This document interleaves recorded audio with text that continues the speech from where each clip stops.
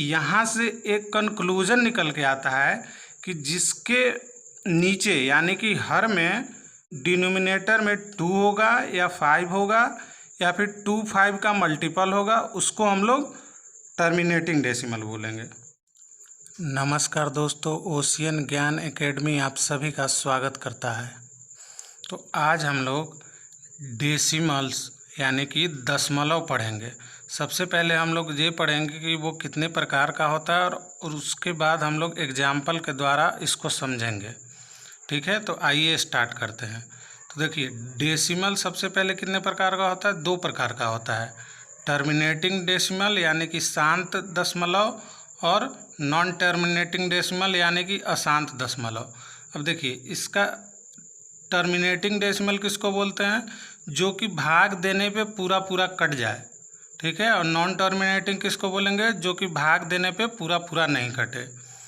तो देखिए, सबसे पहले हम लोग इसका एग्जाम्पल देख लेते हैं टर्मिनेटिंग डेसिमल का। टर्मिनेटिंग डेसिमल का एग्जाम्पल क्या है? जैसे 1/4, 1/4 को क्या लिखेंगे? 0.25। ठीक है, अब देखिए ये पूरा पूरा कट जा रहा है, मतलब इसके आगे अब कुछ नहीं होगा, 0.25 के आगे कुछ नहीं होगा। तो देखिए, अब उसी तरह से नॉन टर्मिनेटिंग में क्या होता है? 2 तरह का होता है नॉन टर्मिनेटिंग, एक रिपीटिंग होता है, एक नॉन रिपीटिंग होता है। मतलब कि अगर भाग देने पे कोई भी फ्रैक्शन में अगर हम लोग भाग देते हैं तो क्या होता है कि देखिए, जैसे यहाँ पर तो यहाँ पे टर्मिनेट हो गया था, ख़त्म हो गया था। तो रिपीटिंग में क्या होगा कि यही चीज़ें बार बार रिपीट करेगा। जैसे देखिए, इसका हम लोग एग्जाम्पल समझ लेते हैं। एग्जाम्पल 1/3, 1/3 को हम लोग क्या लिखते हैं? 0.333। अब देखिए, ये ख़त्म ही नहीं होगा, ये 3 जाता ही रहेगा। ठीक है, तो ये रिपीटिंग हो गया। अब नॉन रिपीटिंग मतलब क्या होगा कि ये आपको पता ही नहीं चलेगा कि इसके बाद क्या आने वाला है, कि इसके बाद क्या, वो आपको भाग देना देते देते जाना ही पड़ेगा। जैसे देखिए, जैसे एक पाई का वैल्यू होता है, ठीक है, पाई को 22/7 बोलते हैं। ठीक है, इसका वैल्यू देखिए, इसका वैल्यू एग्जैक्ट कुछ होता ही नहीं है। इसका वैल्यू ऐसे तो हम लोग लिखते हैं 3.1415926, ऐसे ही बढ़ता ही जाएगा। अब कुछ पता ही नहीं चल रहा है। देखिए, अब इसमें कोई रिपीट कर रहा है? इसमें तो देखिए 3 3 3 3 रिपीट कर जा रहा था, अब इसमें कुछ तो रिपीट नहीं कर रहा है, तो ये नॉन टर्मिनेटिंग डेसिमल होता है। ठीक है, अब देखिए, अब हम लोग इसको एग्जाम्पल के द्वारा समझेंगे, किसको टर्मिनेटिंग बोलेंगे, किसके मतलब कि देखिए, एग्जाम में क्या होता है ना कि वो सीधा एक फ्रैक्शन दे देगा आपको, मतलब कोई एक सब भिन्न दे देगा। अब पूछेगा कि वो टर्मिनेटिंग होगा कि नॉन टर्मिनेटिंग होगा। वो यहाँ से क्वेश्चन नहीं आता है, वो सीधा आता है कि टर्मिनेटिंग होगा कि नॉन टर्मिनेटिंग होगा। तो देखिए, हम लोग एग्जाम्पल के थ्रू पहले समझते हैं। देखिए, 1/2 को हम लोग क्या लिखते हैं? 0.5। तो 0.5, अब तो ये आगे कुछ है नहीं, मतलब आगे ये रिपीट नहीं कर रहा है, यानी कि ये टर्मिनेटिंग है। ठीक है, इसको हम लोग क्या बोलेंगे? टर्मिनेटिंग डेसिमल बोलेंगे। अब देखिए, पहले मैं एग्जाम्पल के थ्रू आपको ये बताऊंगा कि ये कैसे, किसको टर्मिनेटिंग किसको नॉन टर्मिनेटिंग, और उसके बाद हम लोग एक लास्ट में कंक्लूजन निकालेंगे और उससे हम एक फार्मूला बताएंगे आपको। तो डायरेक्ट पता चल जाएगा कि कौन सा भिन्न टर्मिनेटिंग है और कौन सा भिन्न नॉन टर्मिनेटिंग है। देखिए, अब दूसरा एग्जाम्पल क्या? 1/3 जिसको 0.333, तो ये तो आपको हम बताएंगे कि ये नॉन टर्मिनेटिंग है। ठीक है, रिपीटिंग में नॉन टर्मिनेटिंग है। तो देखिए, इसको हम लोग एक तरीका लिखते हैं, 0.333 बहुत बार रिपीट कर रहा है, तो 0.3 और इस पर एक बार दे देते हैं। ठीक है, तो इसको एक लिखने का ये तरीका होता है। ये अपना कौन सा हो गया? नॉन टर्मिनेटिंग हो गया। ठीक है, अब देखिए, उसी तरह से 1.5 को क्या लिखेंगे? 0.2, तो ये तो अब टर्मिनेटिंग डेसिमल हो गया, ये नॉन टर्मिनेटिंग डेसिमल। अब देखिए, 1.7 को अगर आप डिवाइड करिएगा तो आपको ये पाइएगा कि इसका वैल्यू जो आ रहा है 0.142857, और उसके बाद फिर से रिपीट करेगा 142 857। ठीक है, तो ये क्या हो गया, ये टर्मिनेटिंग हो गया, ये सॉरी ये टर्मिनेट तो नहीं कर रहा है, ये नॉन टर्मिनेटिंग, मतलब ये ऐसे ही आगे रिपीट होते जा रहा है। तो ये कौन सा हो गया, ये हो गया नॉन टर्मिनेटिंग डेसिमल। अब इसको हमने आपको एक तरीका बताया है कि जो बार बार रिपीट करता है उस पर बार चढ़ा देते हैं। तो इसको कैसे लिखेंगे, 0.14285 अब इस पे पूरा पे बार होगा, क्योंकि ये देखिए ये यहाँ तक आया, उसके बाद फिर रिपीट कर रहा है। ठीक है, अब देखिए उसी तरह से 1/11 को हम लोग लिखेंगे, तो ये क्या दिखा रहा है, 0.0909, यानी कि ये भी रिपीट कर रहा है, यानी कि ये ख़त्म नहीं हो रहा है। तो ये भी क्या हो जाएगा, नॉन टर्मिनेटिंग डेसिमल। अब इसको लिखने का तरीका तो अभी आपको बताएं कि 0.09, अब देखिए 09 रिपीट कर रहा है, सिर्फ 9 नहीं रिपीट कर रहा है, 09 कर रहा है, तो 09 के ऊपर बार होगा।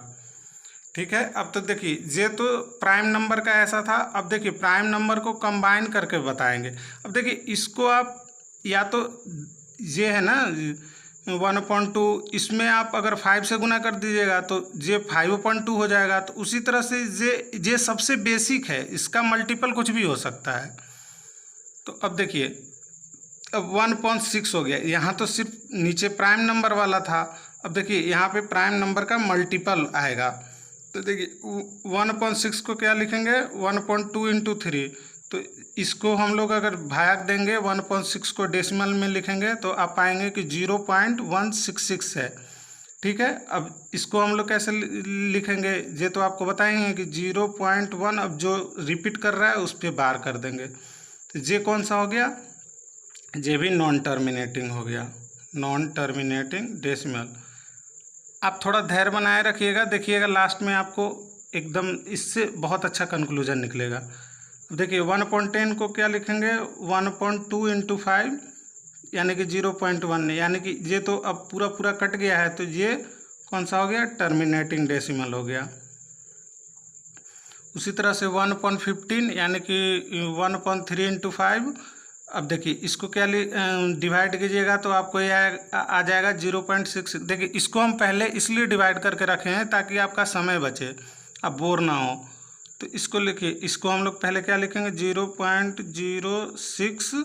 अब देखिए 6 सिर्फ रिपीट कर रहा है, 0 नहीं रिपीट कर रहा है, यानी कि 6 के ऊपर बार हो जाएगा। ठीक है, ये कौन सा हो गया, नॉन टर्मिनेटिंग डेसिमल। ठीक, अब देखिए एक लास्ट है अपने पास 1/20, यानी कि 1/4 × 5। अब इसको देखिए, इसको इस फॉर्मेट में हम इसलिए आपको लिखे हैं क्योंकि आगे चल के आपको एक हम फार्मूला फॉर्मेट में बना के देंगे, जो कि आपको इतना करने का ज़रूरत नहीं पड़ेगा, वो डायरेक्ट पता चल जाएगा कौन सा टर्मिनेटिंग है कौन सा नॉन टर्मिनेटिंग। तो इसको क्या लिखेंगे, 0.05, ये क्या हो गया, टर्मिनेटिंग डेसिमल हो गया। तो देखिए अब हम लोग एक कंक्लूजन पे पहुंचते हैं। देखिए आप जो भी देख रहे होंगे जिसमें भी टर्मिनेटिंग डेसिमल आया होगा उसमें गौर करके देखिए, जो भी टर्मिनेटिंग डेसिमल आया है उसके नीचे में या तो 2 होगा या फिर 5 होगा, या फिर 2 और 5 का मल्टीपल होगा। देखिए यहाँ पे 1/2 यानी कि 2 है। ठीक है, और कौन सा टर्मिनेटिंग आया था, ये देखिए ये टर्मिनेटिंग आया था, नीचे 5 है। अब देखिए ये तो नॉन टर्मिनेटिंग है, ये भी नॉन टर्मिनेटिंग है। अब देखिए एक टर्मिनेटिंग आया था, तो ये देखिए ये 2 है या फिर 5, मतलब 2 और 5 दोनों है, या तो 2 होगा या 5 होगा, या 2 और 5 दोनों होगा। और देखिए और एक कौन सा आया था, ये तो टर्मिनेटिंग डेसिमल था ना अपना, टर्मिनेटिंग डेसिमल। इसमें भी देखिए 2 का पावर है और 5 है। ठीक है, तो यहाँ से एक कंक्लूजन निकल के आता है कि जिसके नीचे यानी कि हर में डिनोमिनेटर में 2 होगा या 5 होगा या फिर 2 5 का मल्टीपल होगा, उसको हम लोग टर्मिनेटिंग डेसिमल बोलेंगे। तो देखिए इससे हम लोग एक निष्कर्ष निकालें जो कि मैं आपको अलग से लिख के बता रहा हूँ।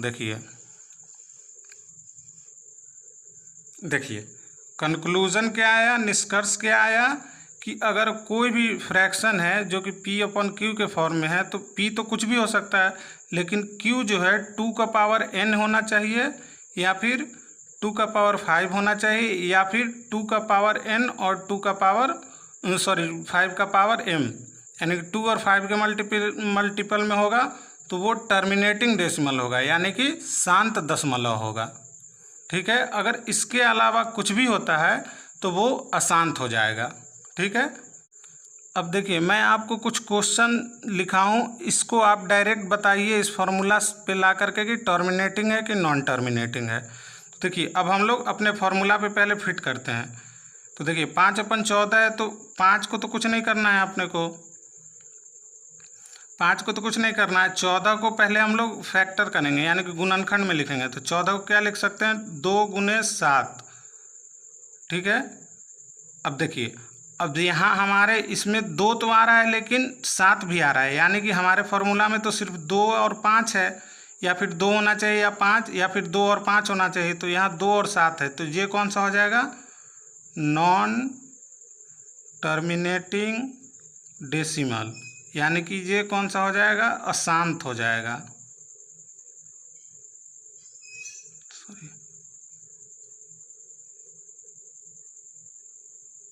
अशांत हो गया। ठीक है, अब उसी तरह से देखिए 19/20, तो इसको जैसे हम आपको करके बताएं उससे उसी तरह से देखिए, कोशिश कीजिए आप।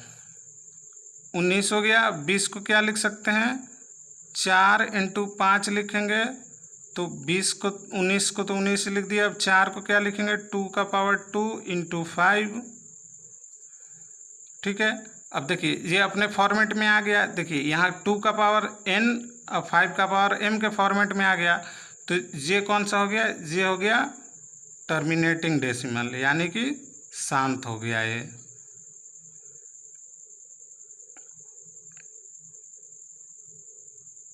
ठीक है, अब उसी तरह से एक और लास्ट क्वेश्चन पे एक और क्वेश्चन हम लोग देख लेते हैं, 121/110। तो देखिए इसमें सबसे पहले हम लोग क्या चेक करेंगे, इस क्वेश्चन का देने का मकसद ये है कि पहले आप इसको काट पीट लीजिए, मतलब सरलतन भिन्न में कीजिए। तो देखिए जैसे कि ये कट रहा है 11 से, 11 और 10, यानी कि इसका जो सरलतम भिन्न होगा ये 11/10 होगा। ठीक है, तो ये क्वेश्चन देने का हमारा मकसद ये था कि पहले आप चेक कीजिए कि ये सरलतन भिन्न में है कि नहीं, उसके बाद आप आगे प्रोसीड कीजिए। तो देखिए ये 11 हो गया, और 10 को हम लोग क्या लिखेंगे, 2 × 5। तो ये अपने फॉर्मेट में है, इस वाले फॉर्मेट में, यानी इस वाले फॉर्मूला पे है, तो यानी कि ये क्या हो गया, टर्मिनेटिंग हो गया। अब आप खुद से करके आप इसका आंसर कमेंट में लिखिएगा कि आप ये टर्मिनेटिंग होगा कि नॉन टर्मिनेटिंग होगा। तो हमें उम्मीद है कि आपको हमारा ये प्रयास अच्छा लगा होगा। अगर आपको ये वीडियो अच्छी लगी हो तो वीडियो को लाइक करें, शेयर करें, और इसी तरह के मज़ेदार वीडियो के लिए हमारे चैनल को सब्सक्राइब करें। तो आज के लिए इतना ही, मिलते हैं अगले वीडियो में, तब तक के लिए जय हिंद।